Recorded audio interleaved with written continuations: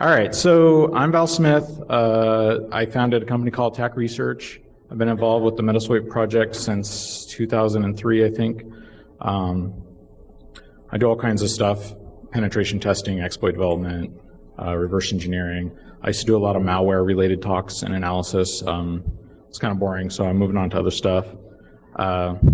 So you might have seen previous talks. One thing you'll notice is almost every time we talk, it's on a completely different topic. So today's no different. We're going to talk about phishing. I'm Colin Ames. I work for Attack Research with this character here, doing pen testing, malware analysis, general research. Recently, I've been trying to cut my teeth on Metasploit modules and building stuff into the Metasploit framework. So I'm Dave. I've been doing various security things for about 10 years, reversing regular programming. I actually come from a CS background, so I did device driver development, and today I'm talking a lot about misatrib, but basically every year it seems like my interests change. All right, so this is going to be an exceptionally long talk. There's actually a break halfway between. So the beginning is sort of overview and some philosophical stuff, and then we'll get to several demos. We're going to try some live demos. We've got videos if those fail. So basically we're going to talk about the concepts of doing spearphishing for pen testing, doing this type of work using Metasploit, some things about file formats and how you can use those for phishing, some stuff that ties in really well with what Egypt just talked about, so I think that should be interesting for you, some automation. Then Dave's going to hook up some really crazy Tor stuff he's been working on, and we'll tie it all together at the end. So the thing about spearphishing, what we've been thinking about is that this is how people are getting in now. They're getting in, the old way of, attackers was, well, I'm going to run some buffer overflow against some open port on some service on your system. Well, anymore, people have automated patch systems, they've got firewalls, they've got NAT proxies, all kinds of stuff to really make that whole paradigm sort of go away. And so what the attackers are really doing is client-side attacks, all the kinds of stuff you heard Egypt and various other people talk about today. And they're starting to blend these attacks into several different things, combining things like malicious websites or exploits for browsers, file formats. We've seen a ton of Excel, PowerPoint, PDF exploits come out in the last year, and then they blend them all together with malware and social engineering aspects. So that's sort of what we're going to focus on. So the question is, for the pen testers in the audience, how often do your clients let you do phishing or spear phishing when engaged in a pen test? Anybody out there do it frequently? A couple of people. So yeah, definitely not enough. So if you're not doing this, you're missing a major vector, a major way of getting in to your client networks, whoever you're trying to attack. And so in my opinion, we in the security industry are failing in many ways, especially the pen test industry. And the reason is because we're not really testing our clients and our customers with what attackers are actually doing. We're still running Nessus scans and buffer overflows like LSAS and, all this kind of stuff. Well, that's not what people are getting hit with anymore. They're getting hit with client-side things, spam emails with, links or infected files. And so, we're in the boardroom screwing around, and they're under the water shooting missiles at us, and, we're missing the whole point.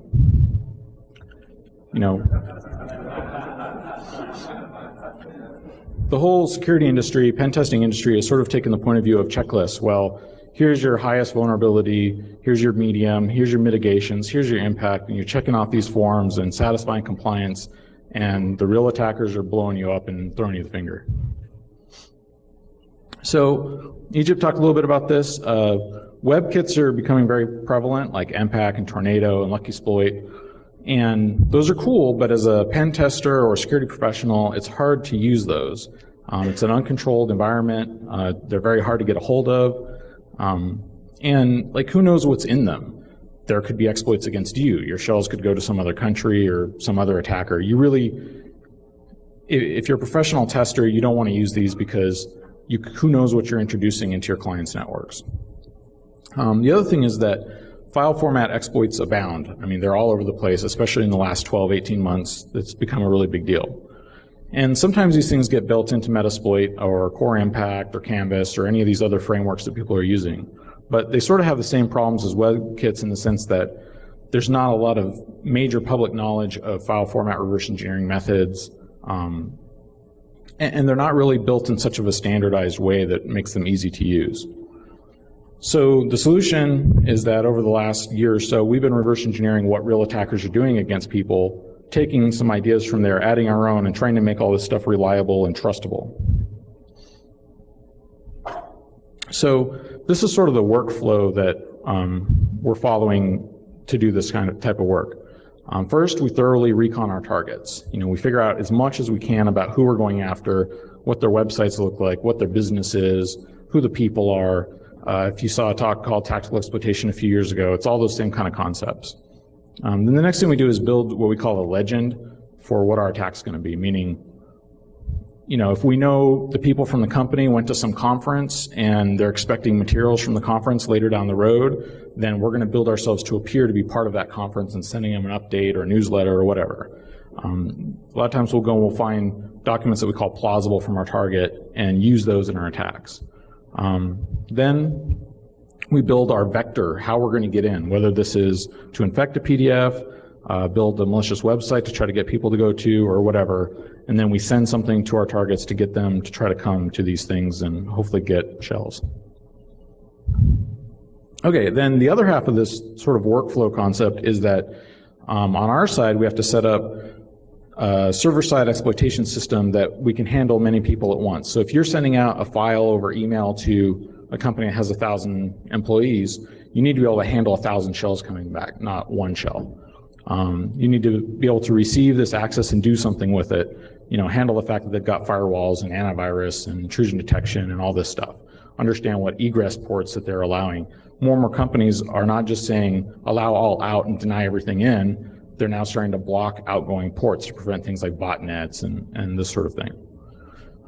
So one of the ways around this is inject your exploits into browsers that are already authorized to get through the firewall or through these authenticated proxies. Then the next thing is, if you're a pen tester these days, you want to go for the big numbers. I want 1,000 shells, not 10. So that requires a lot of automation if you don't want to spend all your time in manual labor trying to deal with each thing that you hack. So, scripts to grab passwords, all the post-exploitation stuff that you normally do by hand, we're sort of advocating the automation of all this so you don't spend as much time on it. Now, all of these things that we talked about, building our legend, setting up our vectors, all of this stuff is really complex, and so we sort of thought, you need a framework instead of doing this piecemeal, one thing at a time. But you don't want your frameworks to get overly complicated. So, since client-side, as we've talked about, is sort of the new paradigm of attackers, frameworks are too. You're starting to see a prevalence of these concepts, Canvas, Core, Metasploit, Autopwn, all kinds of people are building frameworks around their attacks. Phishing is sort of the facilitator for these client-side attacks. That's the fabric under which you work to get your shells. But the problem is that most of these client-side tools are either manual or standalone. They're not designed for stealth. They're, I'll generate you a PDF, but it'll be blank. So when you open it, it's going to look weird. Things are going to crash. You can use a tool like Core Impact, which is doing fairly well at integrating a lot of this stuff, but that's a lot of money, and not everybody has that in their budgets. And in my opinion, pen testers have some requirements. They need something that's standardizable, something they can control themselves, something that they can automate, and something they can customize if they need to, and rely on to be safe for their customers. Like if they understand what it is they're working on, they can sort of guarantee they're not going to screw up their customers' networks and ruin their reputations. And the whole concept of targeting is really sort of left out of all the tools that exist out there right now. If you look at Core, it's like, here, I'll generate you a blank PDF. Well, how do you know who you're going to send it to, what it's going to look like? The whole targeting thing's not even really there. So a big thing that we talk about in targeting is really social engineering based, and it really harkens deeply to tactical exploitation, which Val and HD covered ad nauseum several times. But it's all very, very relevant and very important to use in specifically targeting networks, targeting clients. The way that people are getting in now is by phishing and by spear phishing, which means very targeted phishing. And so the big thing that you have to do is you have to recon the site. You have to find out what's plausible, what's something that we want to use, what's something they're going to trust. Because trust is a big thing when you're trying to affect a person. The weak link, the social engineering aspect, is always about the person on the other side of the keyboard, the person reading what you're sending them. And so all of this plays towards them. And so you have to keep that in mind when you're approaching it from the outside in. So when you're looking at their network from the internet, or even from the inside, what can you use to gain leverage? So a big thing, is generic file hunting and file harvesting. And so you do this, Johnny Long has a great book, a lot of information on, I hack stuff and Googling for information, files, formats, this sort of thing. And generally speaking, what we want to do is we want to find files that are useful to us in attacking. And, so what do you start with? Well, you need to find documents. All right, let's find documents. What's the next step? Well, let's read the documents. That's a great idea. Because if people read it, you know what they're talking about. Is it a newsletter? Is it, a snow delay? Is it a warning? Is it a, product announcement from 2001? Probably not the most useful PDF to be sending inwards or something. And the next thing is, you can glean, of course, deeper information. There are lots of other tools out there, MetaGoofil and other things can find this where you can harvest metadata out of documents that are publicly available on the internet and other things to get a good idea for targeting. So you now have something you want to give to somebody. Well, who are you going to give it to? And these are some of the questions you can find out even through their own documents. So, Microsoft documents as well as PDFs have a lot of rich information hidden inside, and oftentimes they'll tell you treasure troves of knowledge, like developer who made this PDF is such and such, and here's his machine, and it was made on Illustrator, and he's on a Mac, and these are all useful things. So it's like Nmapping for people and behaviors. And don't forget social networking sites. They're actually a great way to go around. A lot of people will sit here, and if they know that their coworker's name, which you can find out on the internet, all their coworkers, you can just say, oh yeah, I'm coworker so-and-so, and try and friend them. Sometimes it works. Sometimes then you can all of a sudden see a whole bunch about what they're reading. And a lot of people talk about work outside of work and on these social networking sites, especially if they have a lot of coworkers on their Facebook or any of those. And how many times have we sent an email to work saying we would be out for the day from our Gmail account? Also very useful. That's a picture of one of our targets at one of our pen tests. They were unhappy after we shelled them. So, once you start targeting an infrastructure and a network, you have to get a very broad and very specific understanding at the same time. And so we want to understand boundaries, we want to understand where things go. And oftentimes in pen tests, we're giving some of this information, right? That's useful. But it's also good to know how much are you giving up to the world. And so this is something that's very value added, so to speak. In market speak, it's very high value added for you to give to your customers. I was able to find all this out about your network, about your inner workings, about how your machines talk to other machines, who you talk to, who you trust, and so on and so forth. And this is a very specific approach doing this. And good ways of doing this, which I'm going to let Val here take over, is proxy logs and other such things. Yeah, so a while back I discovered that there's a lot of tools out there for analyzing web proxy logs, like your outgoing proxy when you're surfing the web. And a lot of times people leave these up, just, the same idea as like a webalizer for your web logs. Well, they leave them up available to the internet. And so if you go looking for them, you can find out what client applications they're running, how often they update their software, what antivirus they're running, sort of anything that talks out through the proxy over HTTP. And a lot of times even their internal IP addresses. Another thing you can use to help yourself figure this kind of stuff out is bots versus browsers. So this is just a screenshot of some Russian proxy log analysis suite that was laying out there on the internet. And one of the cool things you can see here is that we get some host names of some of their boxes, how much traffic they have, and what their internal IP address ranges are, as well as some of the sites they serve to. Another one, this Squid Analysis Report Generator tool, gives us all these user IDs. So we know, this person serves less than this person, and also we have some user IDs to start targeting or attacking, going after. Does anybody have an idea of what this proxy log tells us about the target? I don't know if you can read that. Yeah, it shows us that they're upgrading their or updating their Kaspersky antivirus signatures. So that's really cool right there, because if we're going to hit them with an exploit, or a piece of malware or whatever, we better be sure that it can evade Kaspersky. So it helps us in our targeting.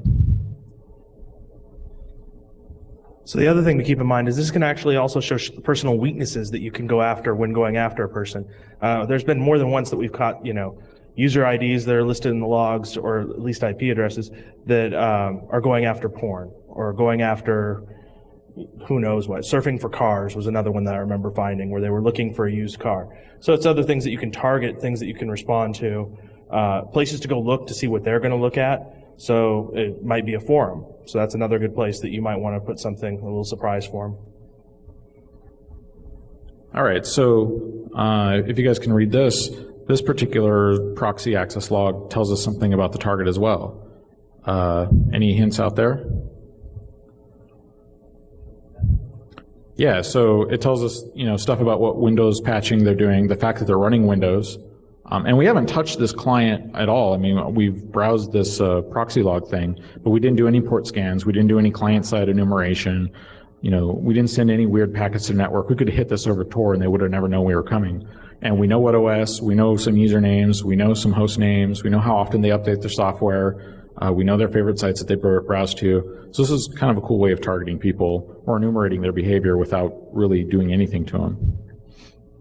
So a lot of times in our tests, we need to know, we'll have the domain name of whoever our target is, but we don't know their internal IP address range that they're using for their real network.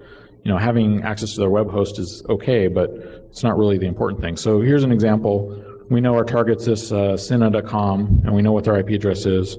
So we go searching news groups, like trolling news groups for posts from people from Cinna.com, and what we get is mail headers in these mailing list logs, basically, that give us an IP address. Well, the IP address for Cinna.com is like 71 dot whatever, and the one this person's coming from is 202 dot whatever.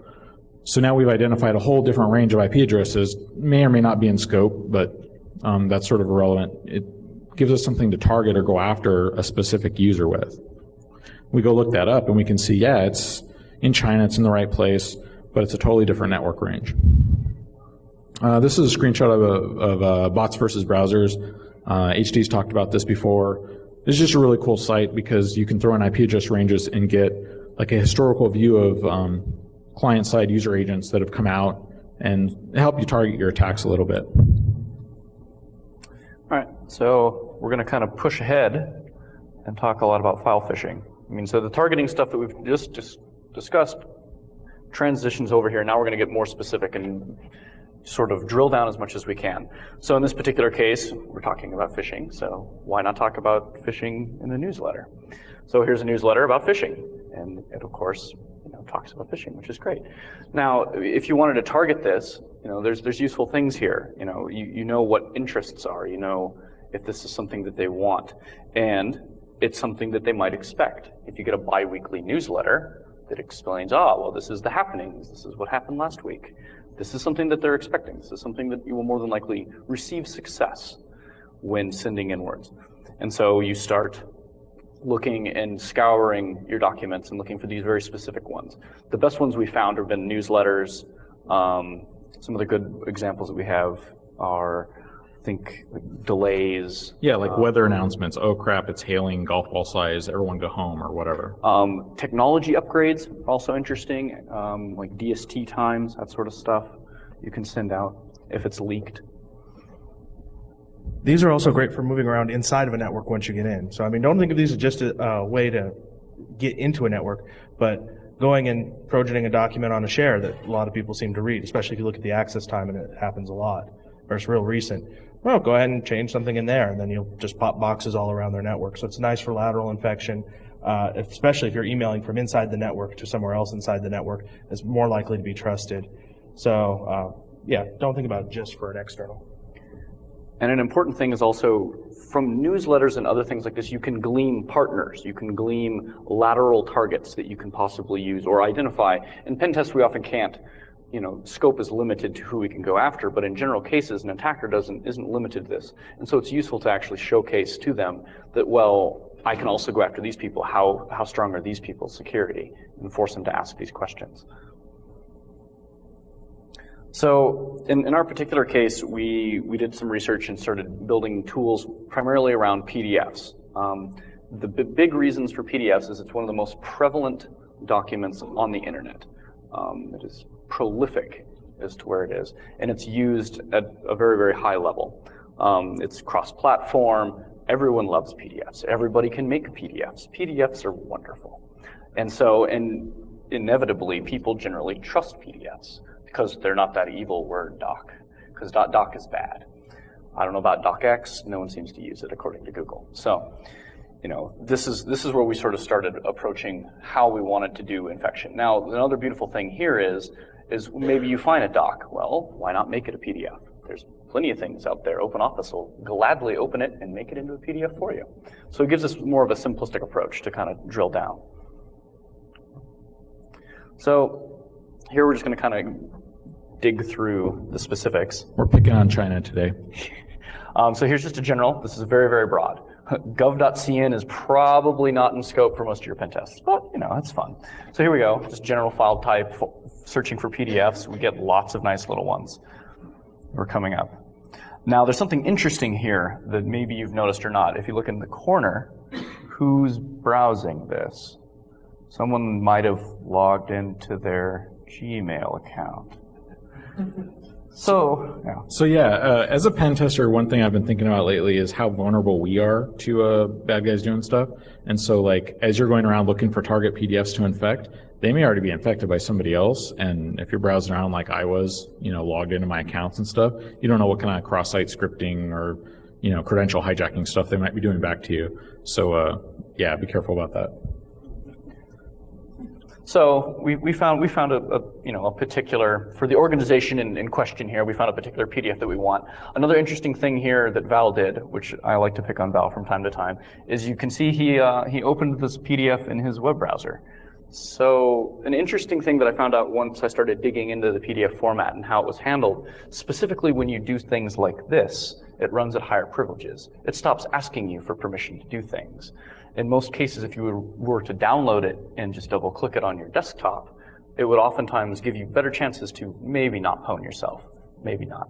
But in this particular case, it would not ask you for it. A very specific example is PDFs have the ability to launch executables by name, especially in Windows. If you were to open a PDF in a web browser like this, it will not ask you for permission. If you were to double click the same PDF on your desktop, it would ask you permission. Do you want to run this program? So on and so forth. But we'll move on here a little faster. So from the PDF, we can glean kind of information like, so who actually creates this PDF? Who's the editor? And so we've got this information down here. Who the organization is, who the editor. So this is a good name to come from.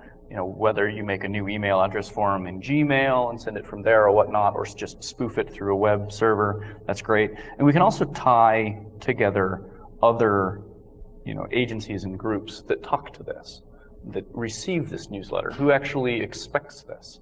And so we can sort of continue on. And then, you can take the same thing now that you have more generalized of a target and drill down using Google and see other agencies that talk to them. And it in fact is, you're now enumerating networks in a different fashion.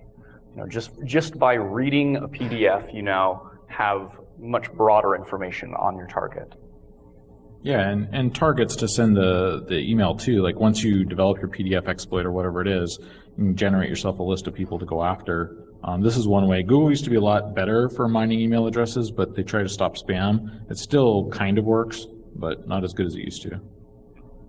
So again, this is just more looking for more email addresses that are related to the group and agency. Yeah, like if you mine Google groups, so like newsgroup postings and stuff, a lot of times that's a really good way of getting target email addresses to go after. It works a little bit better than just browsing the web for it. So and then we have, continued, we're looking now for more relationships, specifically lateral relationships that we can leverage in getting in. And this is more, from who reads this, who's interested in it, so on and so forth. So we'll get into kind of the specifics here of what we're going to do. And what sort of sets this apart from your common, because yes, there are quite a few PDF vulnerabilities and exploits available in the world, and that's all fine and good. What we want to do is infect PDFs. We want the PDF to remain valid, and we want the PDF to be viewable and readable. Because another problem is when you're phishing, when you're doing a client-side attack like this, you don't want to tip the people off that you are attacking them. If you send them a PDF that exploits them and pops up in his blink and then crashes, this doesn't look very good and will raise suspicions, generally speaking. So, you want to keep things down low, and you don't always know what patch levels things are going to be at, so maybe your exploit won't work, that sort of thing. And so how you mitigate this realistically, and how we approached it, is you infect the PDF. You don't just generate a blank PDF that exploits them. So we'll just kind of do a basic rundown here. Features of PDFs which make it really handy for this kind of stuff is it has lots of features. Adobe loves its features. You have JavaScript and Flash. These can be used for exploits and vulnerabilities as well as reliability of exploits. So using their JavaScript, we can do heap sprays and heap feng shui, just like in browsers. And this gives us a very, very reliable way of exploiting and retaining shells, and possibly not even crashing applications. You have great ability for direct code execution. PDFs, depending upon what viewer you use, like Foxit Reader, as well as Acrobat and so forth, can run any command on your machine for you, willingly. And this works on Linux as well as OS X. To varying degrees on the Linux side, it doesn't, in the newer versions it seems to just pop up a web browser with that command, which is very odd. But in earlier versions like Acrobat 5, Acrobat 6, AcroRead 7, 7.5, this sort of thing, it would actually run commands. So you could start up XIs, that sort of thing. You also have a myriad of, PDFs are meant to display images and display information. And that information is powerful from a fuzzing point of view as well as a vulnerability perspective. There's just a treasure trove of things you can go after. I mean, a recent example is, the JBig exploit, which is specifically a filter in PDFs, and so it doesn't necessarily have to be a picture. But in this case, it was originally used in pictures. And so you can hide things all over the place. And it supports encryption, public key, private key, as well as just symmetric key encryption. This is great. Talk about a targeted email. You get someone's public key, you encrypt a PDF that only they can open. Find that IDS, please. It's trusted by many people, and it's cross-platform. It works all over the place. I love cross-platform because picking on Windows is fun, but getting Linux shells is just as much fun. So some just general stuff. There's been a lot of research, a lot of smart people that are doing stuff like this. These are some of the big ones. These are a lot of names. The first line is actually, these are in chronological order of people that I know doing work on this and when they released. The first one was released at Black Hat, I believe, in 2008 in Europe. Didier Stevens has got tons of things, lots of tools that can allow you to analyze PDFs, that sort of thing. Origami's a newer one that was released, I believe, at PackSec and a few other places, which is a very elegant framework for looking into PDFs, and it's written in Ruby. Go Ruby. And I'm going to release what I've had now for a couple of years just to sort of give back and sort of feed patches back into Origami and that sort of thing. And so these tools, if you want to learn a little more about PDFs, how they work, how you infect them, these are good places to go look and see, how attackers are doing it now. So the basics of how you attack using a PDF. You have vulnerabilities and exploits. There's been 8, 9 JavaScript actual overflows in the JavaScript handler for Acrobat, as well as many others. You have Flash vulnerabilities as well as, in this case, a filter, a JBig filter. There's some other good examples. Stream Predictor was a good cross-platform one that even worked, I believe, on XPDF. And so there you have vulnerabilities. You have to turn those vulnerabilities into exploits, but there's treasure trove of vulnerabilities, and so you have so many features. You now have a huge array of things that you can go after to look for attacking and so forth. And then you also just have built-in features of PDFs that allow it to do what Adobe believes it should be doing anyway. And it's dynamic content. It's all about, I want to view this pretty picture and save the web for all time with web capture and this sort of thing. And so you have full JavaScript ability. You can expand this. You can load in your own objects and do whatever you want. That'll change PDFs. A PDF can edit itself and send it to a website, or it can download a website and save it into itself. I mean, so these are all features that you can think about in the way that you would attack using a PDF and how bad guys think about how they attack. Launch items or actions, we'll talk a little bit more specifically on. And these are more or less things that the PDF is viewed, generally speaking. So when you open a PDF, do you start on page 1, or is page 1 an appendix or an index of something, and you actually really want to go to page 23, which is technically page 1? These are actions. These are launch actions. And so there's a whole subclass of these built into the PDF language, which is supported by most viewers. And so you can leverage that to get information and so forth. So the more specifics of this, we have open actions here, or additional actions that will run commands, can run JavaScript, can queue off different things. A more interesting approach that I saw in the origami framework is it would actually do the SMB relay style credential stealing this way. You would open your PDF and it would take you to a remote destination in the PDF that happened to be a Windows box that was listening. And so you would send your SMB credentials to them, and huzzah. So there's some pieces there. And the more, and we have a direct call cmd.exe. Fabulous, fabulous. And then of course JavaScript, good favorite. The mechanics of infection are actually built into the file format itself. PDF has a wonderful thing called incremental updates. Incremental updates allow us to add content to the PDF without, in fact, changing anything of the PDF. All we do is at the end, you have end of file, and this is we show it here, and then we just start adding valid PDF code after it. So I don't change anything. In fact, I'm just adding to it. I'm making it better. So I specifically wrote a couple of things. I expanded on the rec side of Metasploit. I expanded out its ability to handle PDFs. Because the first thing to infect a PDF, I have to be able to parse it. I have to be able to understand its objects and get things that I'm interested in. And so I wrote a PDF parser that integrates into Metasploit, so you can parse PDFs through it. And then the next thing is that I have individual exploits. This is the one that we'll show you here, which is basic social engineering. It's a very dumb but amazingly useful exploit that gives us good results. When Colin was reverse engineering PDFs, I was looking over his shoulder watching what he was doing, and he had like a PDF open in VI, and he was following, it was almost like watching someone reverse engineering an assembly. He's following like all the pointers to different objects inside the PDF inside of VI by hand manually, and I was like, please God, write a Metasploit module, because that's painful. And he did. So I actually also wrote a Vim plugin that will allow you to view PDFs in Vim if you so desire. So that's kind of an oddity of my own. But so in this particular case, the exploit is you find a PDF that you want to infect, you select your MSF payload, and away we go. So let's hopefully show it.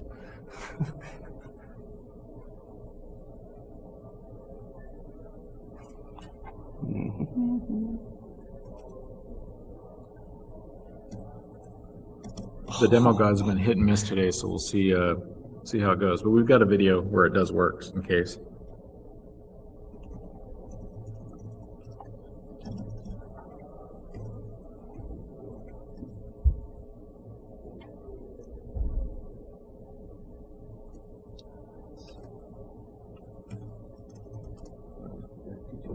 No. Did you set it already? You don't set it. No. It's 1.9. You're not. Are you killing me? It changed while we went up. He thinks it's a 10 address. It's obviously not, which makes me think this isn't going to work so well. I can fix it.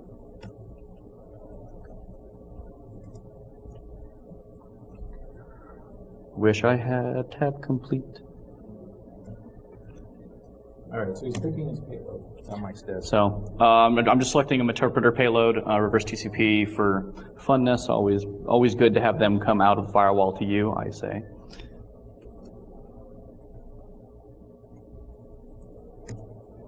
We'll just use the default port. We'll just kind of get that. Should be ready to go. You're going to want me to fix the IP before you launch it, though. Yeah, probably.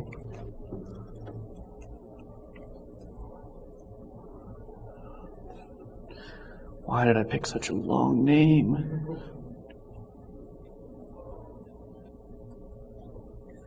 I can never spell engineering. Nope.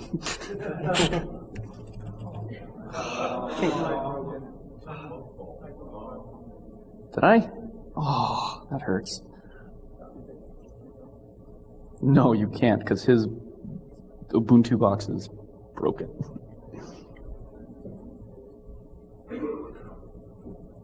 We've done like 10,000 exploits on this VM, so who knows what's wrong with it. I miss my Gen 2. I miss it. So I'll just kind of show the options kind of poorly, but see if we can make it a little more, not so much. So it takes, we can pass a normal executable if you want, if you have your own exe that you want to pack in as a payload. I provided that at the time we were using standalone exes as payloads outside of Metasploit. Or you can use a normal Metasploit payload, which we'll be using. You have an output PDF. Now, in the case of social engineering, we don't want the PDF to be funny looking. We in fact want the PDF to look very, very similar to the original PDF. The original PDF, and we in fact use some of this to aid our attack. And so we actually want to take the PDF name and make it very, very close, maybe with an underscore in it or something like this. You have the in file name, which is what we want to infect, and then kind of the output path. So.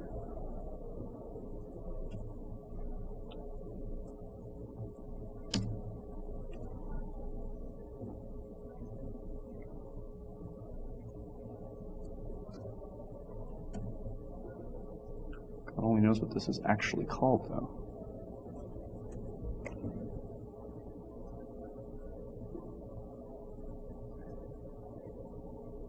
We want to infect. I'm going to show you which one you want to infect. This one. That's the one we want to infect.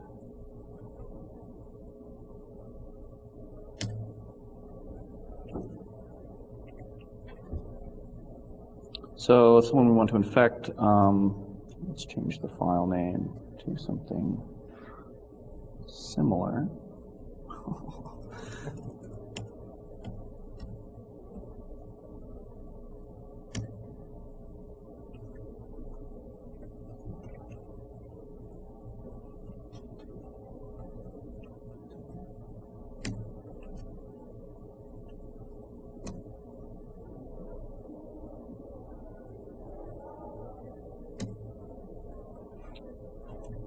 Probably want me to fix the IP address. It shouldn't matter for the infection part. No such file. Oh, that's what we did. That's not in temp.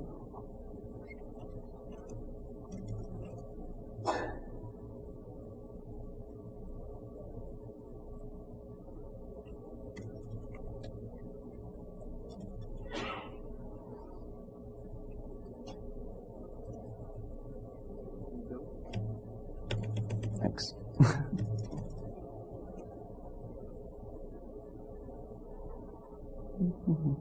Type like my grandma, man.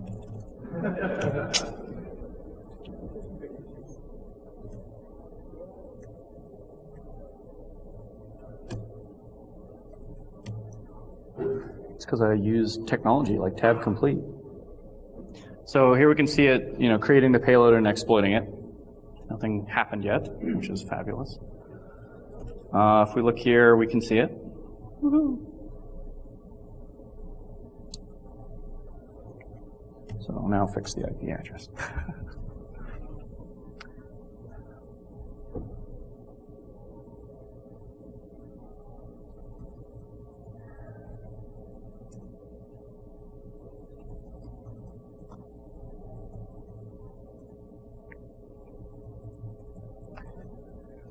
All right, it should be good. You see that? That window there is your target, and you already did the PDF on it.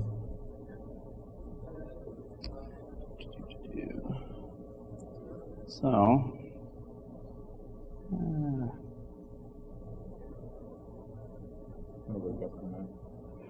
Who do you want to hack? Oh, we already hacked him. We won't read.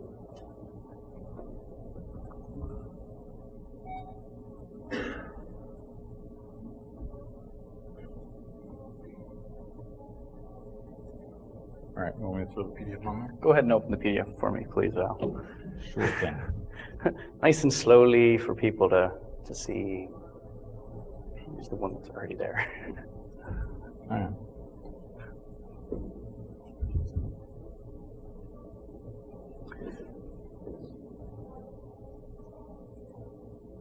That would be the original one. That's still gonna work. So okay, so here's a particular thing that we wanted to show. It immediately asks you to save the same PDF you just opened, right? That seems a little odd, but it's the same name, so whatever. This is actually our, as we see one here, we might as well delete that, otherwise things will break.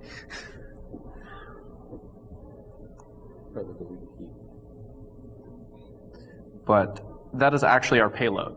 So we are saving a PDF down, and look, this is a wonderful thing. So this is the whole social engineering aspect of this, and we've actually like sent this kind of thing, which looks fairly obviously evil, and gotten like a 12 to 15% success rate. We sent, I think, something like 30 emails, 36 emails. That was fun. So, like a trusting user. Oh, but it's broken. So see, it's brittle. It's very brittle, and the gods, yay! The gods don't like us. But all right, so we'll show you a quick video of that part.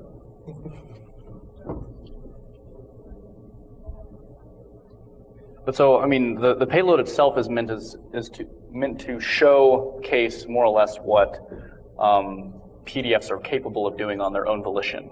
This is not an exploit. This will work against every single version of Adobe, regardless of patch level, regardless of whatever. Because it's just a PDF asking you to do what PDFs were designed to do. And so it's not obfuscated. It's not meant to look malicious in any way. So in the video, it's just sort of redoing what we just did, except it's actually going to work. All right, so the user runs it. They don't see anything happen. PDF still works right. Everything's good. All right.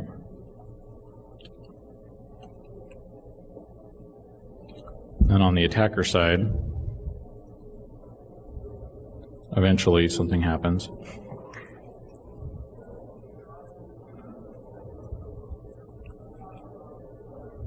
Thankfully, demo gods don't extend to videos. Yeah. The other interesting thing here is that you can expand this sort of attack where you infect PDFs to any type of PDF exploit. So you can generate other PDFs that are blank and malicious and include them, use the infector to actually infect legitimate PDFs with them. And if they're not vulnerable to it, the PDF will display and everything will be fine. If they are vulnerable to it, you get a shell. And in this particular case, we use some of the interpreter automation stuff, which we'll talk a little bit more later. But you can see PDFs grabbing all relevant information from the system that we want. So how much time do we have left for this first part?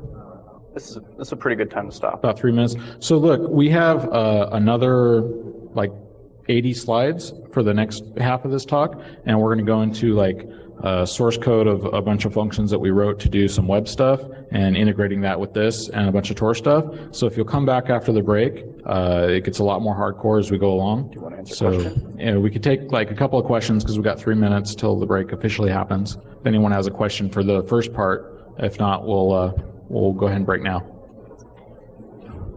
Yeah, question right there. Is there an easy way to make Metaphor proxy aware? To make Interpreter proxy aware? Yeah. There's HTTP reflection, isn't there? Or, well, so... I mean, one thing to do is like migrate into an existing browser that already has proxy authorization to talk out. That would be probably the first thing I would try. IE 6 and 7, you can use a Meterpreter payload which is passive X, which is an active X control. That's proxy aware because they have to be using Internet Explorer as their default client, otherwise it won't be configured for the proxy necessarily. Now there's like 10 Metasploit developers in the room, so if anybody's got any other ideas for dealing with proxies, just shout it out. I've tried passive X, but it had mixed results with it being reliable and working out. Yeah, and on newer versions of IE and so forth, it won't run at all. It'll actually throw an error saying this is not a valid ActiveX. Was it an easy Not yet, anyway. Hopefully soon, right, Egypt? Right? All right, please come back.